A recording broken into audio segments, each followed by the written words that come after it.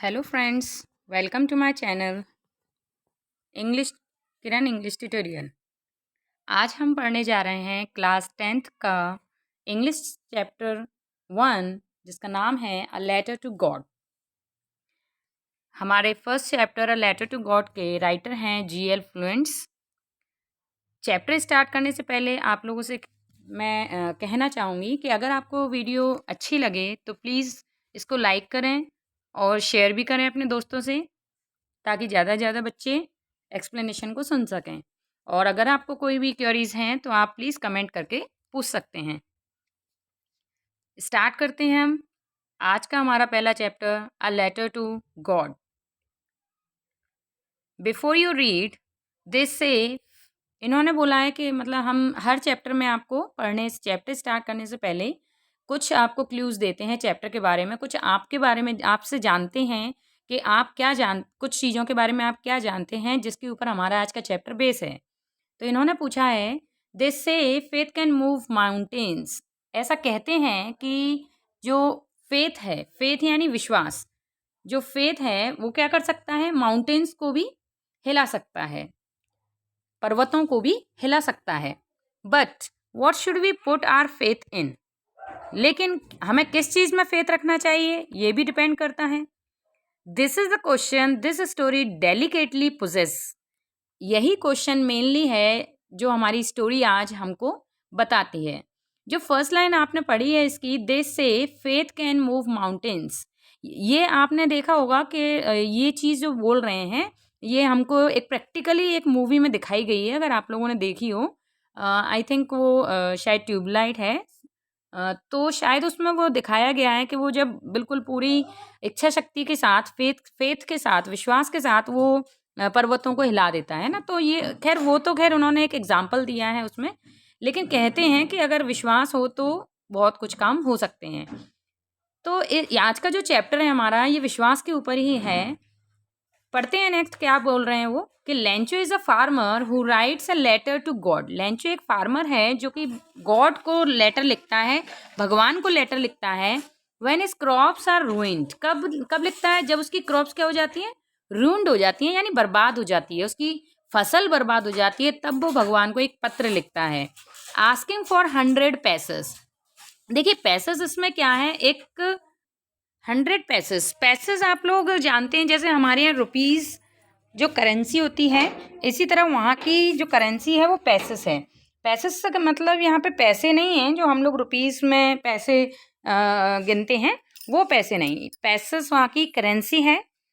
तो वो बोल रहे हैं कि जो लेंचो फार्मर है उसकी जब क्रॉप बर्बाद हो जाती है, उसकी फसल जब बर्बाद हो जाती है, तो भगवान को लेटर लिखता है हेल्प के लिए, और उस हेल्प में वो क्या मांगता है भगवान से, 100 पैसेस यानी 100 पैसेस मांगता है। अब हम उसको जैसे मान सकते हैं कि डॉलर मांग रहा हो, $100, ठीक है। Does Lencho's letter reach God, क्या लेंचो का लेटर भगवान तक पहुंचा।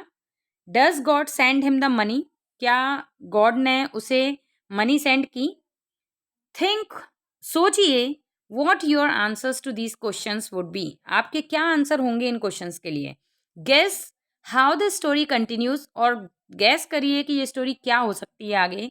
Before you begin to read it, इसको पढ़ने से पहले आप थोड़ा सोचिए कि क्या हुआ होगा, उसने अगर लेटर लिखा होगा भगवान को तो क्या हुआ होगा। आप लोग भी कमेंट में बताइएगा, चैप्टर स्टार्ट होने से पहले कमेंट कीजिएगा कि आपके हिसाब से क्या हुआ होगा, ठीक है। चलिए स्टार्ट करते हैं आगे चैप्टर। एक्टिविटी दी हुई है इन्होंने हमें, one of the cheapest ways to send money to someone is through the post office. देखिए ये एक्टिविटी जो है, आप चाहें तो मैं आपको करवा भी सकती हूँ, लेकिन मैं चाहूँगी कि ये एक्टिविटी हम आगे नेक्स्ट वीडियो में मैं कभी दिखा दूँ, या फिर चलिए रहने दीजिए, मैं अभी करवा देती हूँ। क्या कह रहे हैं वो, one of the cheapest ways, हमारा सबसे सस्ता तरीका पैसे भेजने का वो है पोस्ट ऑफिस के द्वारा, है ना। आप सभी जानते होंगे ये बात कि हम पोस्ट ऑफिस से ही सबसे ज़्यादा चीपेस्ट हमारे लिए एक वे है जिससे हम क्या करते हैं, लोगों को मनी सेंड करते हैं, पैसे सेंड करते हैं। हैव यू एवर सेंट और received money in this way, वो आपसे पूछ रहे हैं क्या आपने कभी पैसे भेजे हैं इस तरीके से पोस्ट ऑफिस के through. Here's what you have to do, यहाँ पर उन्होंने बोला है कि अगर आप पैसे भेजते हैं तो आपको क्या करना रहता है। As you read the instructions, discuss with your teacher in class the meaning of these words. Counter, counter clerk, appropriate, तो मैं आपको इनको मीनिंग्स दिखा देती हूँ अभी। देखिए, काउंटर का मीनिंग होता है जहाँ पर हम जाकर, जिस खिड़की पर जाकर हम खड़े होते हैं उसको बोलते हैं काउंटर। ठीक है, काउंटर क्लर्क यानी जिस खिड़की पर वो बंदा बैठा रहता है जो हमारे पैसे लेता है और हमको स्लिप देते हैं, उनको बोलते हैं क्लर्क। ठीक है, एप्रोप्रिएट यानी जो बिल्कुल सही है ना, बिल्कुल एक तरीके से चुनिंदा जो होता है, एप्रोप्रिएट बिल्कुल करेक्ट। एक्नॉलेजमेंट होता है जब हम कोई चीज़ कंफर्म कर देते हैं तो वो हमें एक एक्नॉलेजमेंट के लिए एक रिसिप्ट देते हैं कि भाई आपका काम कंप्लीट हो गया है, और इसके एक जो सबूत जिसको बोल सकते हैं हम, वो सबूत के तौर पर जो हमको स्लिप दी जाती है, दैट इज़ एक्नॉलेजमेंट। ठीक है, काउंटर फॉइल होती है जो हम आदान प्रदान करते हैं। हमने एक फॉर्म भरकर उनको दिया है तो वो भी हमको एक एक एक रिकॉर्ड के तौर पर हमको क्या करेंगे, दूसरा फॉर्म भर के देंगे। और नेक्स्ट है रिकॉर्ड। तो रिकॉर्ड तो वो जैसा कि मैंने बोला आपको, काउंटर फाइल में जो हमको मिलती हैं आपस में, हम जो आदान प्रदान करते हैं एक एक पर्ची का, तो रिकॉर्ड में उनके पास रहता है रिकॉर्ड। ठीक है, कि भाई अगर भविष्य में हमारा पैसा नहीं पहुंचा है तो हम रिकॉर्ड के जरिए क्या कर सकते हैं, शिकायत कर सकते हैं। नेक्स्ट कह रहे हैं कि कंसल्ट डिक्शनरी इफ़ नेसेसरी। अगर आप लोगों को इन वर्ड्स की मीनिंग नहीं पता है तो आप डिक्शनरी से कंसल्ट कर सकते हैं। Are there words corresponding to these English words in your language. क्या ये वर्ड आपके इंग्लिश लैंग्वेज से करस्पॉन्ड कर पाए हैं, आपको समझ में आए हैं। आगे उन्होंने इंस्ट्रक्शंस दिए हैं, मतलब लाइन बाय लाइन आपको क्या करना रहता है पोस्ट ऑफिस में जाने के बाद। देखिए, पहला वो क्या करते हैं। पहला, inside the post office go to the counter marked money order. आप किस किस काउंटर पे जाइए, जहां पर लिखा हो money order. Inside the post office go to the counter marked money order. आप उस काउंटर पर जाइए जहां पर आपका लिखा होगा money order. By a money order MO form by paying 50 पैसेज to the person behind the counter. ठीक है, आप एक मनी ऑर्डर फॉर्म लीजिए और उसको 50 पैसे दे दीजिए उस काउंटर। देखिए, ये बुक जब छपी होगी ना, उस समय 50 पैसे चलते होंगे, बट आज इसकी कॉस्ट बढ़ गई है। आज शायद, और शायद मेरे ख्याल से 5 रुपये मांगते हैं आज। ठीक है, आगे बढ़ते हैं। फिर बोल रहे हैं, fill in the appropriate boxes in the form preferably in block letters. बड़े बड़े लेटर यानी कैपिटल लेटर्स में आपको अपना नाम और सारी डिटेल भरनी रहती है। Pay the counter clerk the amount of money to be sent along with the charges. जो चार्ज लगते हैं हमारे पोस्ट ऑफिस के द्वारा भेजे जाने के, उन चार्जेस के साथ साथ, यानी कि जैसे मान लीजिए हमको 500 या 5000 रुपीज़ सेंड करना है, तो 5000 रुपीज़ तो हमारे सेंड करने के हो गए, प्लस मान लीजिए 50 रुपये वो हमारे चार्ज ले रहे हैं, तो वो सेंड कर देंगे। नेक्स्ट है, take back the MO acknowledgement counterfoil for your record. दे जो मैंने बोला था आपको, एक सबूत के तौर पर वो हमको एक काउंटर फॉइल फॉर्म दे देंगे, एक रिसिप्ट टाइप की वो हमको दे देंगे।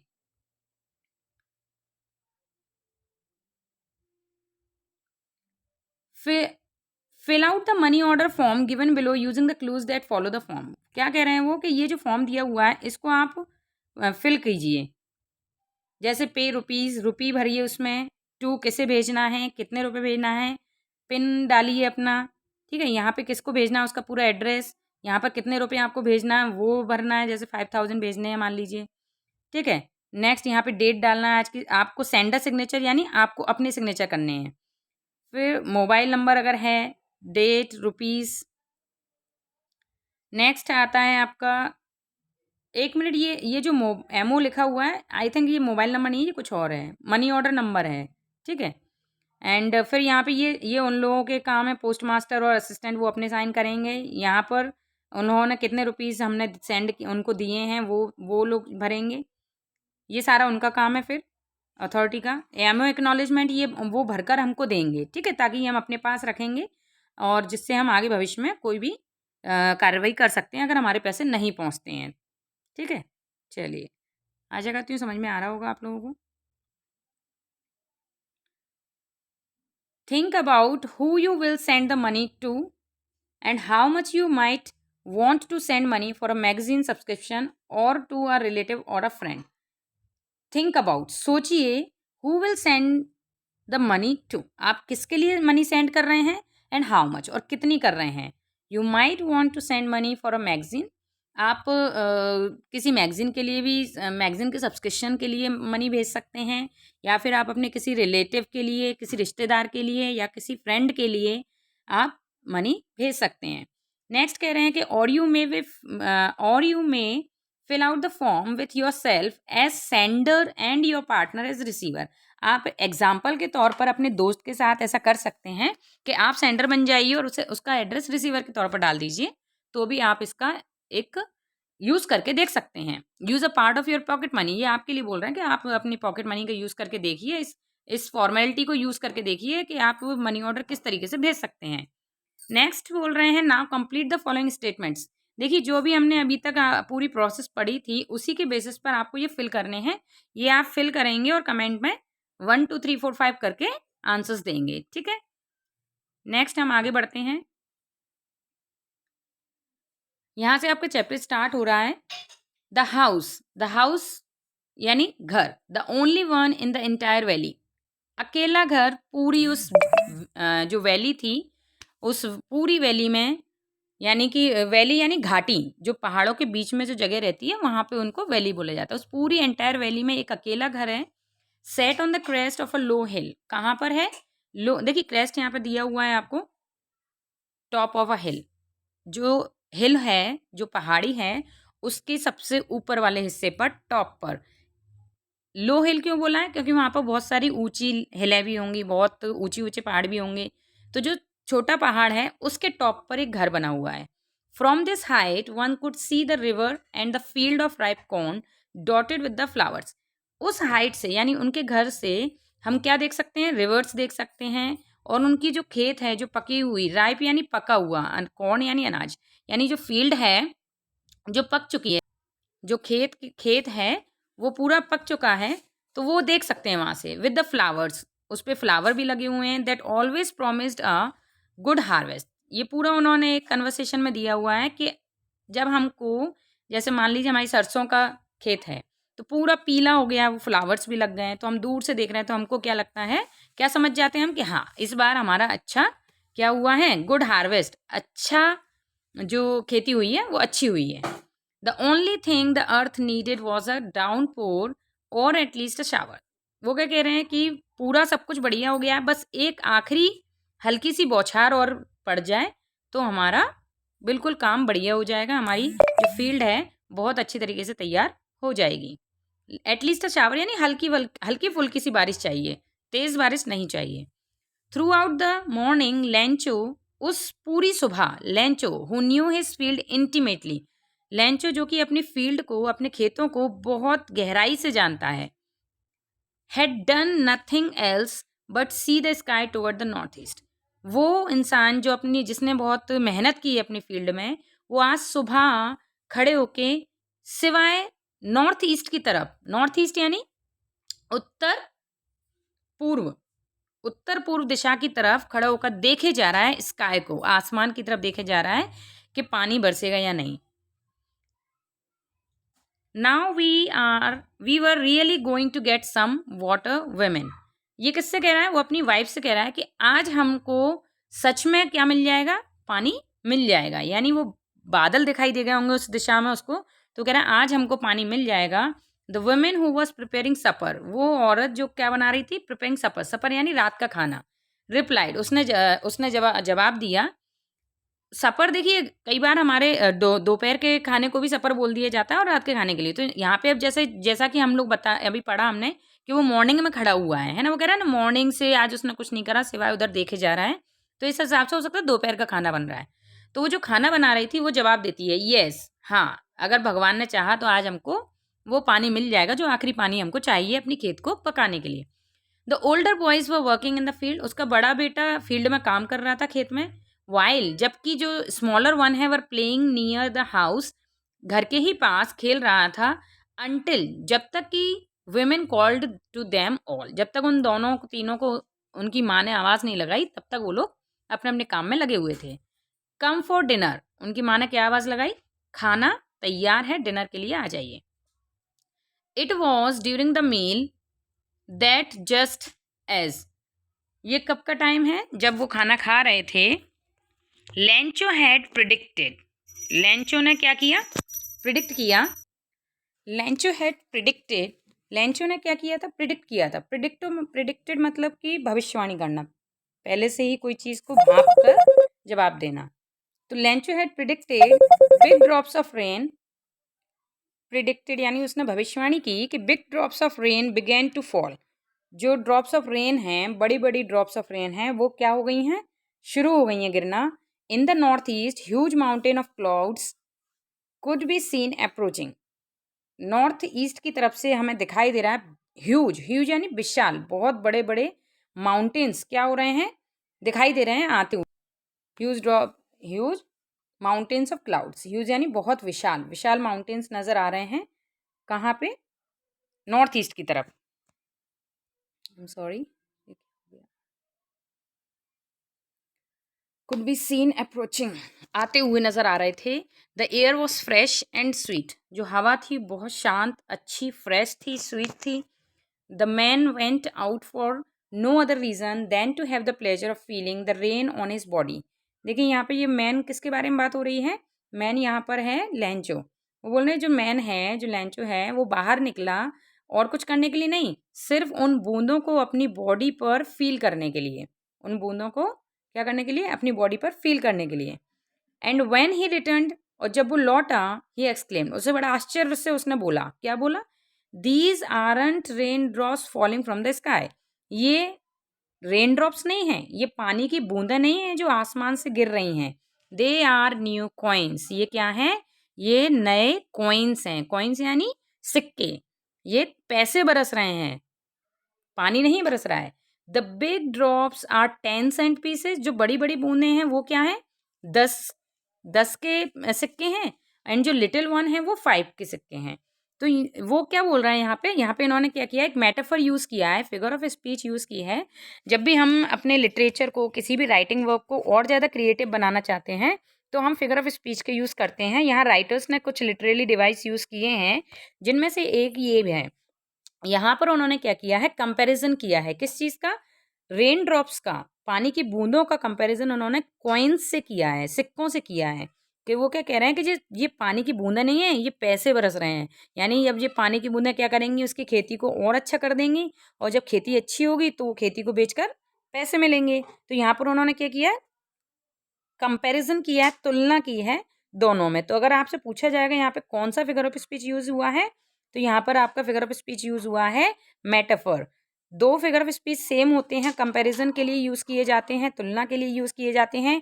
एक होता है सिमिल और एक होता है मेटाफर। सिमिल में जब हम कंपैरिजन करते हैं तो आप यही लाइन ऐसे बोलते कि these rain drops look like new coins, है ना, लाइक लगा देते या एज लगा देते, लुक एज न्यू कॉइन्स, के न्यू कॉइन्स जैसे दिख रहे हैं। तो लाइक और एज वर्ड अगर आप यूज़ कर देते तो यहाँ पर आपका फिगर ऑफ स्पीच हो जाता सिमिल।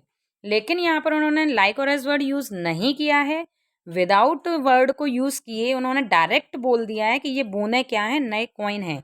जब हम कंपैरिजन वर्ड का यूज़ नहीं करते हैं, यानी कि जो तुलनात्मक जो शब्द होते हैं जैसे कि एज, लाइक, इनका हम यूज़ नहीं करते हैं और डायरेक्ट किसी का कंपैरिजन कर देते हैं, तो वहाँ पर हमारी फिगर ऑफ स्पीच होती है मेटाफर। तो यहाँ इन्होंने मेटाफर यूज़ किया है, इन्होंने रेन ड्रॉप्स को क्या बोला है, कॉइन्स, सिक्के बोला है।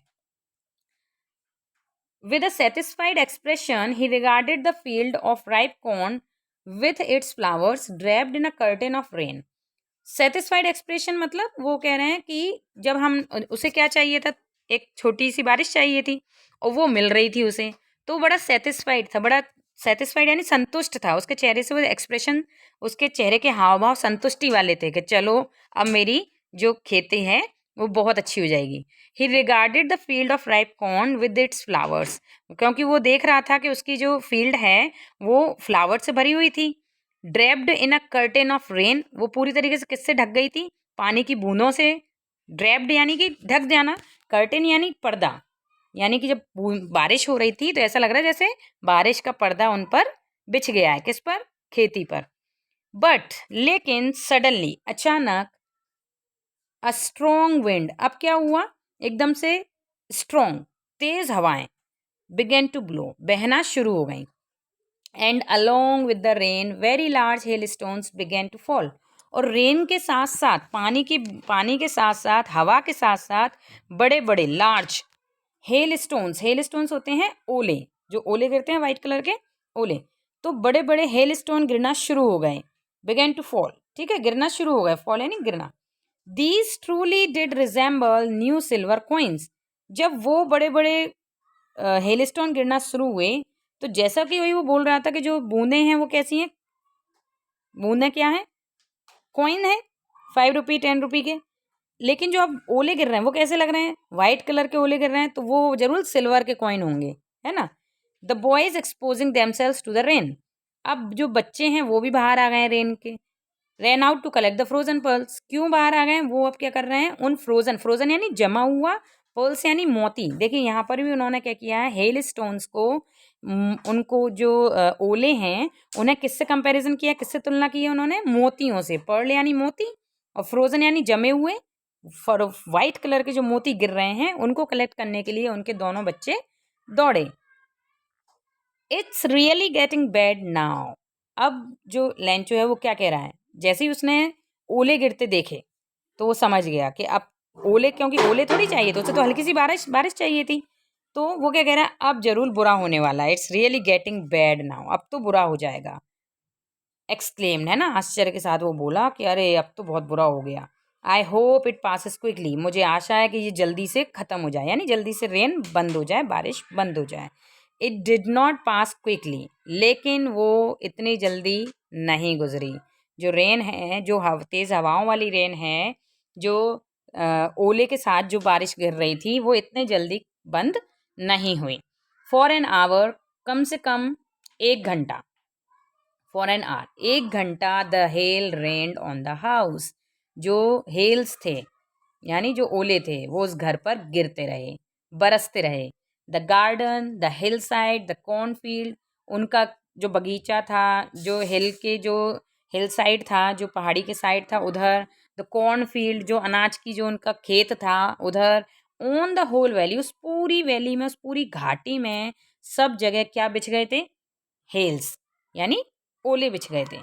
द फील्ड वॉज वाइट, उनकी खेत कैसा दिख गया था, पूरा वाइट हो गया, ओलों से बिछ गया बिल्कुल, तो वाइट हो नज़र आ रहा, पूरे में ओले ही ओले नज़र आ रहा है, तो जहाँ हरी या पीली खेती उसे न दिखाई दे रही थी, वो पूरी हरी पीली खेती किससे ढक गई, पूरी उससे ओलों से ढक गई। As if covered with salt, ऐसा लग रहा था जैसे किसी ने नमक बिछा दी, नमक आपने देखा खड़ा नमक होता है बड़ा बड़ा, तो ऐसा लग रहा है जैसे किसी ने वो खड़ा नमक बिछा दिया हो पूरी फील्ड में। Not a leaf remained on the trees, पेड़ों पर पत्तियां तक नहीं बची, इतनी तेज ओलों की बारिश हुई कि पूरी पत्तियां झड़ गईं। The corn was totally destroyed, जो खेत था वो पूरी तरीके से डिस्ट्रॉय हो गया, बर्बाद हो गया। The flowers were gone from the plants, जो प्लांट्स पर फ्लावर लगे हुए थे वो भी पूरे झड़ गए, पूरे गिर गए। Lencho soul was filled with sadness, अब ये सब देखकर लेंचो, जो कि कहाँ तो अच्छी बारिश की उम्मीद कर रहा था, अच्छी खेती होने की उम्मीद कर रहा था, अब वो बहुत क्या हो गया, सैड, बहुत ज़्यादा दुखी हो गया, उसका जो मन है वो पूरी तरीके से दुख से भर गया। When the storm had passed, जब वो तूफान गुजरा, he stood in the middle of the field, वो कहाँ खड़ा हो गया, फील्ड के बीचों बीच जाकर, खेत के बीचों बीच जाकर खड़ा हुआ। And said to his son, अपने बच्चों से बोला, अ प्लेग ऑफ लोकस्ट, देखिए लोकस्ट क्या होता है, लोकस्ट होता है जो आपने देखे होंगे टिड्डे, है ना, टिड्डे भी खेतों को बिगाड़ते हैं, तो यहाँ पर जब किसी चीज़ का झुंड आता है तो जो लोकस्ट का झुंड होता है, टिड्डों का झुंड होता है, उसे बोलते हैं प्लेग, टिड्डों के झुंड को क्या बोलते हैं, प्लेग बोलते हैं। तो कह रहे हैं अब प्लेग ऑफ लोकस्ट, जो टिड्डों का जो अगर झुंड भी आता ना तो वो भी शायद क्या कर देता, थोड़ी बहुत फील्ड को बचा देता। देखिए ये फील्ड पूरी बर्बाद हो गई, ये लेंचू खड़ा हुआ है बीच में, ठीक है, फिगर के जरिए वो आपको बताना चाह रहे हैं। क्या कह रहे हैं, have left more than this, क्या कह रहा है वो, कि जो प्लेग ऑफ लोकस्ट है यानी जो टिड्डों की अगर झुंड भी आता ना तो वो भी शायद इससे थोड़ा बहुत तो छोड़ जाता, यानी इतना खेती नहीं खा पाता, थोड़ी बहुत खेती मेरी बच जाती। The hell has left nothing, लेकिन जो हेल हैं, जो ओले हैं, उन्होंने तो कुछ भी नहीं छोड़ा, have left more than this, है ना, थोड़ा बहुत तो छोड़ देती। The hell has left nothing, लेकिन हेल ने कुछ भी नहीं छोड़ा, यानी ओलों ने कुछ भी नहीं छोड़ा। And this year we will have no corn, इस साल हमें कोई अनाज नहीं मिलेगा। That night was a sorrowful one, ये जो रात थी वो उनके लिए सबसे दुखद रात थी। All our work for nothing, हमारा पूरा काम बर्बाद हो गया, यानी हमारी पूरी मेहनत क्या हो गई, बेकार हो गई। There's no one who can help us, कोई नहीं है जो हमारी मदद कर सके।